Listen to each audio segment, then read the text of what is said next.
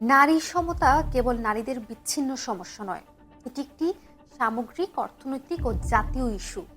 তার নীরব উপস্থিতিও নজর কাড়ছে সবার। তিনি এক ধরনের রাজনৈতিক প্রতীকে পরিণত হচ্ছেন। বাংলাদেশের রাজনীতিতে কিছু নাম আছে যেগুলো শুধু ব্যক্তি পরিচয় নয়, বরং সেগুলো হলো ইতিহাস, আবেগ আর উত্তরাধিকারের প্রতীক। জিয়া পরিবার ঠিক তেমন একটি নাম। আর সেই পরিবারের তৃতীয় প্রজন্ম হিসেবে হঠাৎ করেই রাজনৈতিক ও সামাজিক যোগাযোগ মাধ্যমে আলোচনার কেন্দ্রে উঠে এসেছেন ব্যারিস্টার জাইমা রহমান।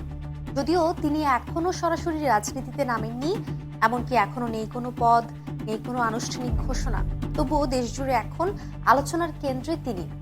বিএনপির কোটি কোটি সমর্থকরা বলছেন জাইমা রহমান যেন খালেদা জিয়ারই প্রতিচ্ছবি। তবু তাকে ঘিরে যে আলোচনার ঢেউ, তা বাংলাদেশের রাজনৈতিক বাস্তবতায় অস্বাভাবিক নয়। কারণ এই আলোচনার কেন্দ্রে রয়েছে উত্তরাধিকার, প্রত্যাশা এবং ভবিষ্যৎ নেতৃত্বের সম্ভাবনা, যা দক্ষিণ এশিয়ার রাজনীতিতে নতুন কিছু নয়। মাত্র ১৩ বছর বয়সে পরিবার সহ দেশ ছাড়েন জাইমা রহমান। দীর্ঘ ১৭ বছর পর দেশে ফেরেন একজন প্রতিষ্ঠিত আইনজ্ঞ হিসেবে। রাজনীতির বাইরে থেকেও দেশে ফেরার পর থেকেই তার প্রতিটি উপস্থিতি যেন আলাদা করে নজর কাড়ছে সবার। কথাবার্তা, চলন, এমনকি পোশাক, সবকিছু নিয়েই আলোচনায় তিনি। কেউ বলছেন তাকে ধীরে ধীরে প্রস্তুত করা হচ্ছে ভবিষ্যৎ উত্তরাধিকার হিসেবে, আবার কেউ বলছেন ব্যক্তিত্বে তিনি অবিকল সাবেক প্রধানমন্ত্রী বেগম খালেদা জিয়ার মতো। এই দ্বিধা বিভক্ত প্রতিক্রিয়াই বলে দেয় জাইমা রহমান এখন আর শুধু একজন ব্যক্তিগত পরিচয়ের মানুষ নন, তিনি এক ধরনের রাজনৈতিক প্রতীকে পরিণত হচ্ছেন। বিশেষ করে যখন অনেকেই তার ব্যক্তিত্বের সঙ্গে সাবেক প্রধানমন্ত্রী বেগম খালেদা জিয়ার তুলনা টানছেন। রাজনীতিতে অনেক সময় উচ্চ কণ্ঠের চেয়ে নীরব উপস্থিতি বেশি শক্তিশালী হয়ে ওঠে।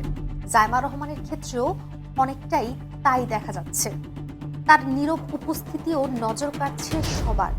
সর্বপ্রথম ২০২৫ সালে তারেক রহমানের প্রতিনিধি হিসেবে ন্যাশনাল প্রেয়ার ব্রেকফাস্টে অংশগ্রহণ করে কিছুটা আলোচনায় আসেন তিনি।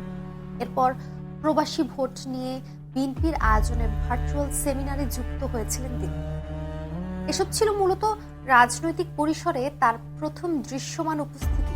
তবে সবচেয়ে বেশি তিনি আলোচনায় আসেন দীর্ঘ ১৭ বছর পর দেশে ফেরার পর। এমনকি নতুন করে তিনি আলোচনায় এসেছেন কৃষিবিদ ইনস্টিটিউটে আয়োজিত জাতি গঠনে নারী, নীতি, সম্ভাবনা এবং বাংলাদেশের ভবিষ্যৎ শীর্ষক আলোচনা সভায় দেয়া তার প্রথম বক্তব্যের কারণে।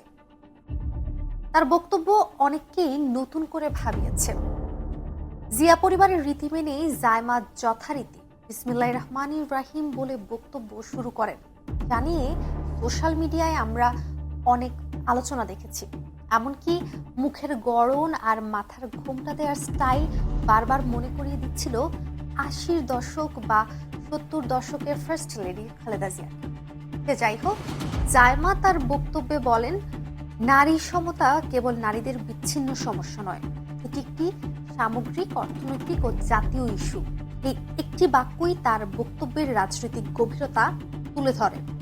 এছাড়াও তিনি বলেন, অর্ধেক জনসংখ্যাকে গৃহস্থালির অদৃশ্য শ্রম আর সামাজিক চাপে আটকে রেখে কোনো দেশের টেকসই উন্নয়ন সম্ভব নয়, যা তিনি শুধু সামাজিক বাস্তবতা নয়, বরং রাষ্ট্রের উন্নয়ন দর্শন নিয়েই প্রশ্ন তোলেন। এছাড়াও তিনি তুলে ধরেন পরিসংখ্যান, যেখানে বাংলাদেশের নারীরা ৮৫% গৃহস্থালী কাজ বিনা পারিশ্রমিকে করেন, যার আর্থিক মূল্য জিডিপির প্রায় ১৯%। অথচ শ্রমশক্তিতে নারীর অংশগ্রহণ এখনো ৪০%-এর নিচে। এর পাশাপাশি বক্তব্যে তিনি বারবার পরিবার ও মানসিকতা পরিবর্তনের কথা বলেন। বিশেষ করে বাবাদের উদ্দেশ্যে তার আহ্বান, মেয়েদের ছোটবেলা থেকে আত্মবিশ্বাসী করে গড়ে তোলার কথা, যা সামাজিক পরিসরে ব্যাপক আলোচনার জন্ম দেয়। এর পাশাপাশি অনলাইন হয়রানি প্রসঙ্গ টেনে তিনি বলেন, প্রায় ৭৮% নারী অনলাইন হেনস্থার শিকার। এখানে তিনি সরাসরি রাষ্ট্রকে দোষারোপ করেন না, আবার সমস্যাকে হালকা করেও দেখেন। এই ভারসাম্যপূর্ণ ভাষাই অনেকের চোখে তাকে আলাদা করে তুলেছে। তবে সবচেয়ে গুরুত্বপূর্ণ বিষয় হলো, এই বক্তব্যে তিনি নিজের অবস্থানকে রাজনৈতিক দাবি হিসেবে নয়, বরং নৈতিক দায়িত্ব হিসেবে উপস্থাপন করেন।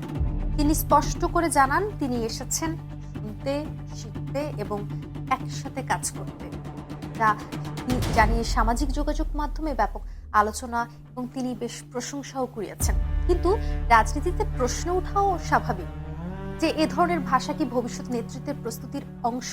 এছাড়াও তিনি যখন তার দাদি বেগম খালেদা জিয়ার নারী শিক্ষা ও সামাজিক নিরাপত্তা কর্মসূচির কথা বলেন কিংবা শহীদ রাষ্ট্রপতি জিয়াউর রহমানের নারী উন্নয়ন উদ্যোগের প্রসঙ্গ টানেন, তখন সেটি শুধু আর স্মৃতিচারণ থাকে না, পাশাপাশি এটি জিয়া পরিবারের রাজনৈতিক দর্শনের ধারাবাহিকতাও তুলে ধরে। এখানে সোশ্যাল মিডিয়ায় শুরু হয় তুলনা। এখানে অনেকেই বলেন জায়মা রহমানের ব্যক্তিত্ব, সংযত ভাষা ও উপস্থিতিতে খালেদা জিয়ার ছায়া দেখা যাচ্ছে। তবে প্রশ্ন থেকেই যায়, এই আলো কি দীর্ঘ পথ চলার শুরু, নাকি এটি কেবল একটি রাজনৈতিক মুহূর্ত? কারণ জায়মা রহমান এখনো রাজনীতিতে জড়ানোর ঘোষণা দেননি, কিন্তু তার উপস্থিতি, বক্তব্যের বিষয়বস্তু এবং সময় নির্বাচন বলছে তিনি রাজনীতিকে দেখছেন সমাজের গভীর কাঠামো থেকে। এখন প্রশ্ন উঠছে, বাংলাদেশের রাজনীতিতে নতুন প্রজন্ম মানে কি পুরনো রাজনীতির নতুন মুখ, নাকি সত্যিকারের নতুন চিন্তা? এই প্রশ্নের উত্তর এখনো খোলা। শেষ পর্যন্ত বলা যায়, জায়মা রহমান এখন আর শুধু জিয়া পরিবারের উত্তরাধিকার নন, তিনি হয়ে উঠছেন একটি রাজনৈতিক সম্ভাবনার নাম। এই সম্ভাবনা বাস্তবে রূপ নেবে কিনা, নাকি আলোতেই সীমাবদ্ধ থাকবে, সেই সিদ্ধান্ত নেবে সময়, বাস্তবতা এবং রাজনীতির কঠিন মঞ্চ। তবে এতটুকু নিশ্চিত, বাংলাদেশের রাজনৈতিক আলোচনায় জায়মা রহমান এখন উপেক্ষা করার মতো কোনো নাম নয়।